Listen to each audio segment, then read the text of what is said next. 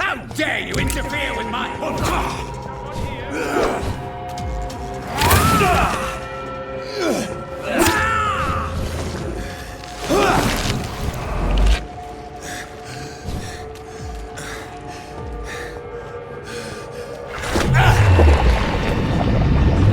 Don't you know better?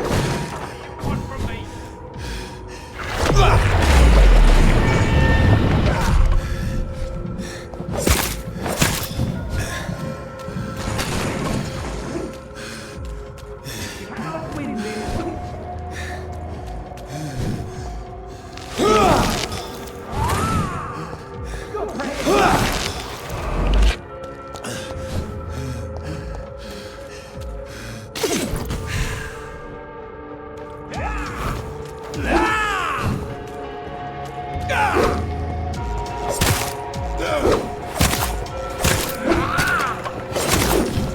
This is my territory!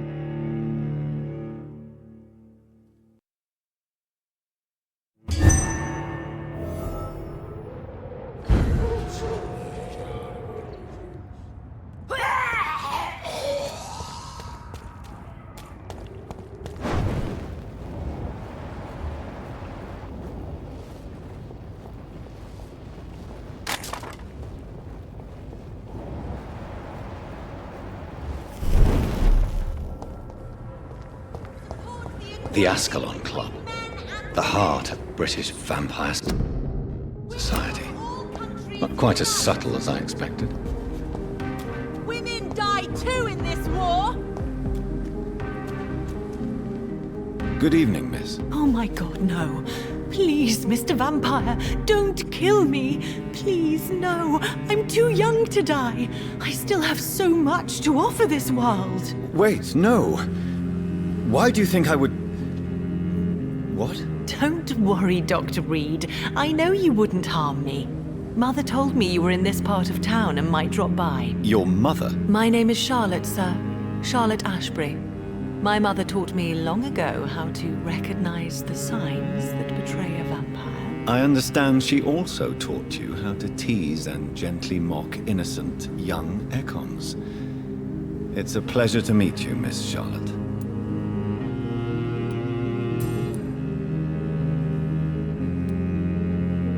What do you think about this part of town? I was raised here, and I suppose it feels like home. You grew up in this part of town too, did you not?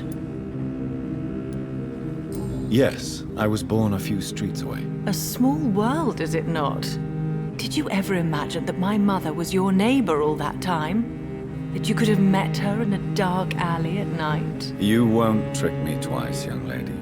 We both know Lady Ashbury never hunts or attacks prey at random. Come on, Doctor. Don't tell me you never thought about that possibility. Her fangs on your neck. Oh, are you blushing, Dr. Reed? Is there something that's bothering you? Too much selfishness and individualism for my taste. Even when there was no epidemic. Even if that's partly true, may I remind you that many charitable institutions are financed by the selfish and filthy rich. I suppose you're right. But society must reform and renew itself, or we are all done for. What are you doing out here? You mean, what do I do outside at night, since I am a woman? Let me ask you a question, sir. Would you ask the same question of a man? Actually, yes. I ask the same question to everyone who dares to go outside at night, considering the risks. Well, if you must know, I campaign for the right to vote for all women. Why should I wait to the age of 30 years when men can vote at 21? Are you a suffragette, then? Oh, you really are Elizabeth's girl. Without a doubt. All adult women have the right to vote in the US, in New Zealand, and in Australia. But women here can't vote unless they are property owners. No need to convince me, Miss Charlotte. I have shared your opinion for a long time. Even before I met Emmeline Pankhurst. Really? Oh. Now I see why my mother appreciates you so much. Too bad there aren't more men like you in the vicinity.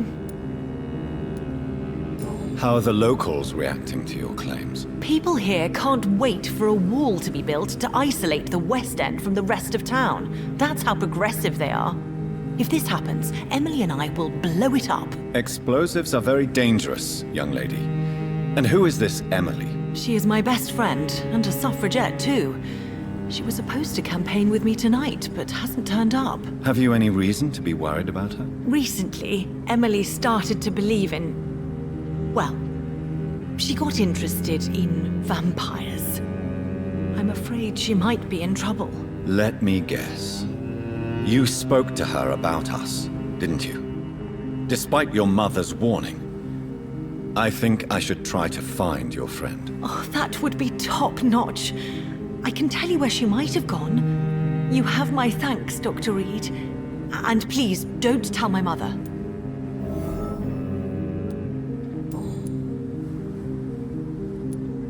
Tell me about your adoption. What do you want to know?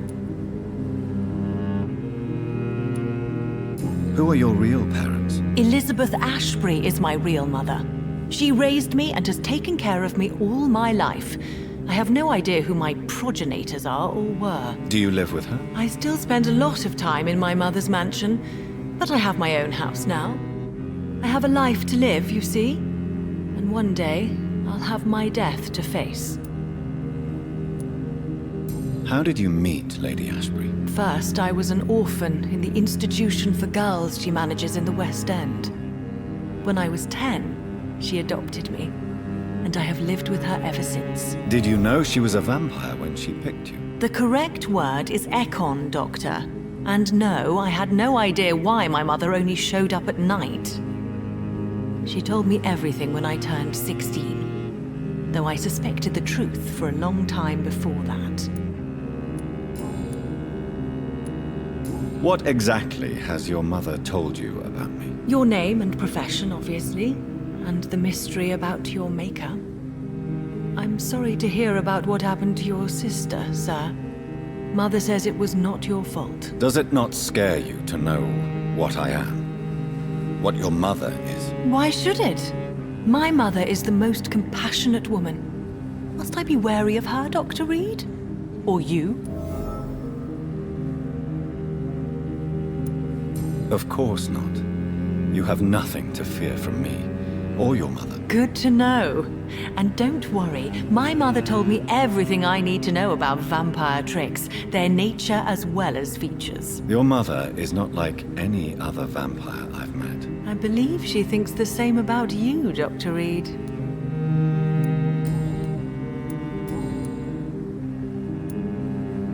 Do you know why Lady Ashbury chose you to become her daughter? No, I don't. Each time I ask her that question, she smiles and says it's precisely because I dare to ask such questions. Do you ever regret that she chose you? Of course not. though I often wonder if she adopted others before me. If so, where are they buried? How is it for them to pass through life with a never-aging mother? Goodbye, Charlotte. Give my best regards to your mother when you see her. She's been quite busy these last few nights. I suspect you may see her before me.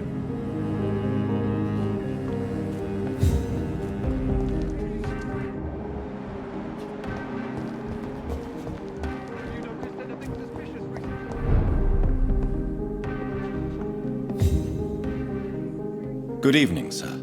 Please forgive me for disturbing you. I'm a doctor. I never judge a man by his title, but by his attitude. And you are not disturbing me at all. I am Calhoun Russell, and I welcome you. Well, I must admit it's good to receive a warm welcome for once. I'm Jonathan Reed. Welcome, Dr. Reed. Welcome to my humble shop. I may have a look at your goods, Mr. Russell.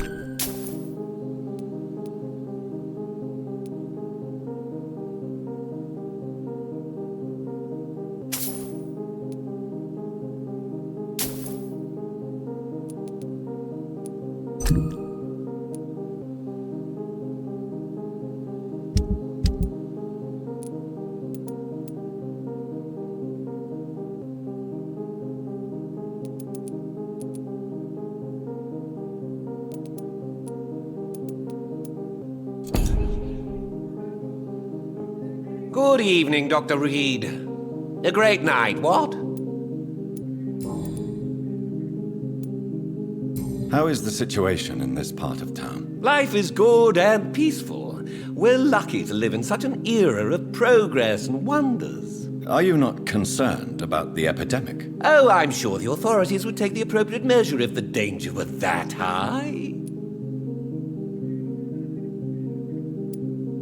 You cannot expect the newspapers to expose the truth while the war is still raging. I can assure you that the situation here is desperate. Well, that's news then. But I can't believe that things are that bad. Are you sure you're not exaggerating a bit? For the thrill of it? Is it not a little too late to be trading? On the contrary, it is the perfect hour. Believe me, my friend, it is always at night that you meet the most fascinating characters. But what about the epidemic? The bombs and raids? And all the random violence? Please, sir, this is London, England. We will prevail. And if a bomb must fall on my shop, then I'll be there to hear it falling. So you prefer to work at night? Oh, I also enjoy a sunny day like everybody else. But the night always has a certain je ne sais quoi of its own. What can you tell me about this place? I recently found the best steak and kidney pie in the city. I'd be glad to share the address if you want.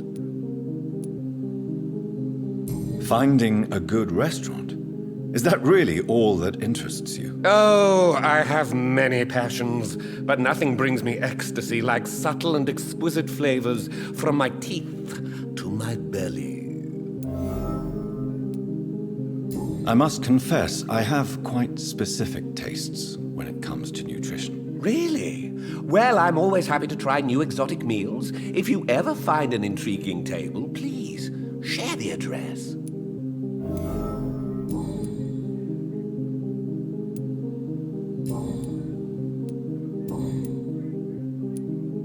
Do you have any family nearby? Not since my parents died.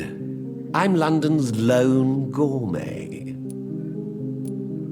Really? But you seem to be such a pleasant and sociable fellow. I'm afraid the real hedonist has to be sometimes. I discovered ecstasy as a solitary pleasure, but it does not mean it can't ever be shared. London's Lone Gourmet. What a strange title. I used that name in my early years when I was a food critic, and I kept it. Goodbye, Mr. Russell. I'm sure you'll take care of yourself. Please, sir, whether you need to buy something or not, I am happy to help.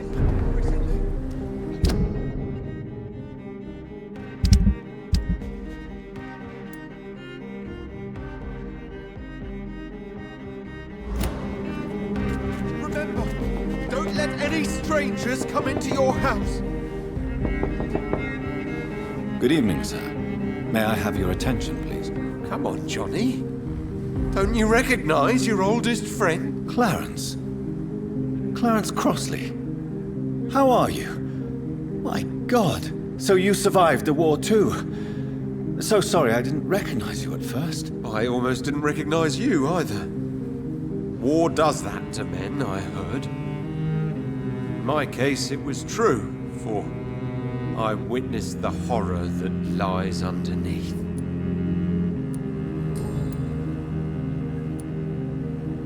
When did you escape the war and return to London? You know what's funny? I almost never think about the war. Not anymore. I'm involved in another kind of battle now. I know what you mean. I haven't had much time to think about the war either since my return. Of course. With the epidemic, I bet you've been busy as well. Forgive me, Johnny, I didn't want to sound selfish. What is this new battle? I saw terrible things during the war. Horrors I thought I'd forget. They're here too. They're everywhere. Vampires.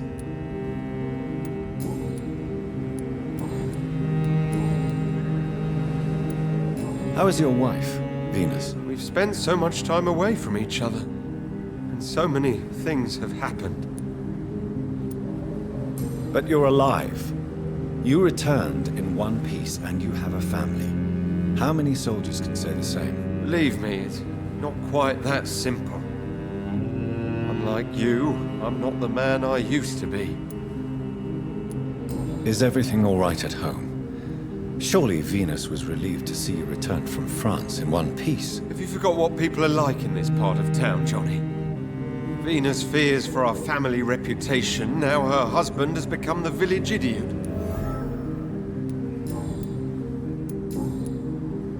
You need some rest, Clarence. You should try to sleep.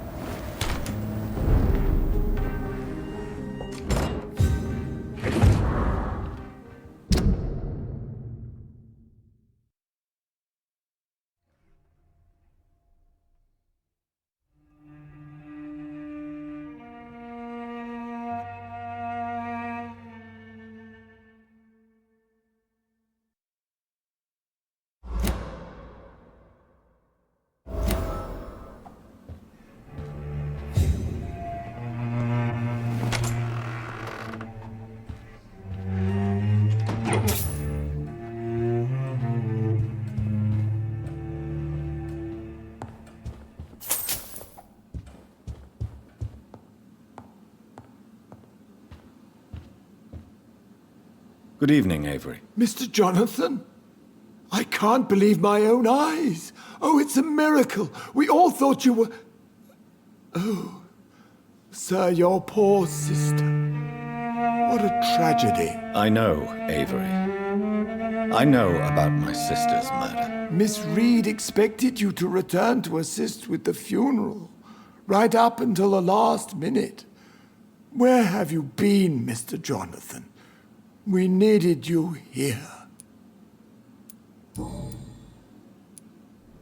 How is my mother? Not well, I'm afraid, sir.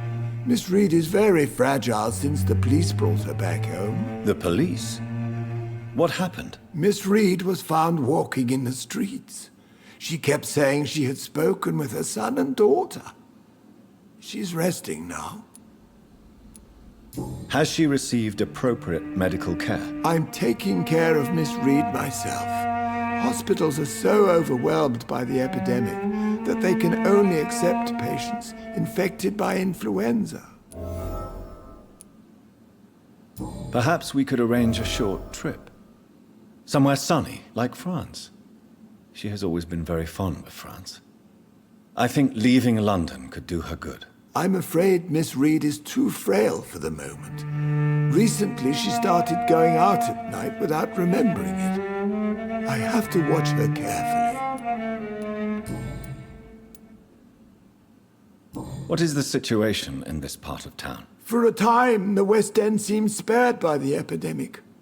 But the situation is getting much worse. Have you no relatives anywhere? I'll understand if you want to take a few days to see family. Your father managed to guarantee my earnings as long as I take care of this house, sir. My sisters are dead, and I've never met my nephews. I'll stay, sir.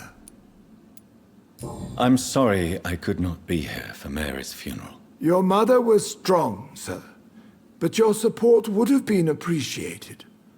Apart from the priest and I, no one else attended your sister's funeral. To be present at the funeral with you both was my dearest wish, Avery.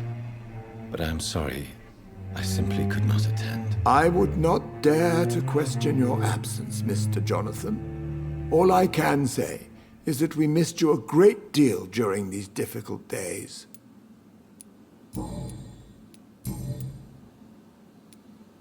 Tell me the truth, Avery. Do you feel forced to stay here? Would you leave this house without the arrangement made by my father? No, sir. I have nowhere else to go.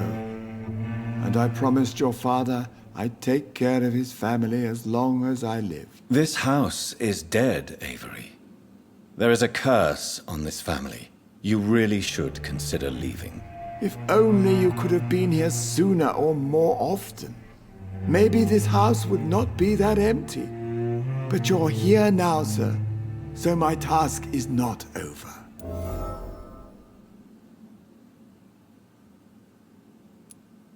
You have served this family extremely well, Avery. Your support during these terrible times is much appreciated. Then I will stay. All I ask is that you take care of my own funeral if I die before the end of the epidemic. No mass grave, please, sir. Do you really think I don't take enough care of my mother, Avery? Yes, I do, Mr. Jonathan. You clearly have something more to say. Speak your mind, Avery. I know you work hard to help the sick, but what will you do once the epidemic is over? My home is here, and I have nowhere else to go. But this house will need some improvements if I move here. Some radical changes. That's good news. Whatever changes you have in mind, I'm sure we will find an arrangement that suits your mother also. Goodbye, Avery. Please watch over my mother until I return. Of course, Mr. Jonathan, but please return as soon as possible.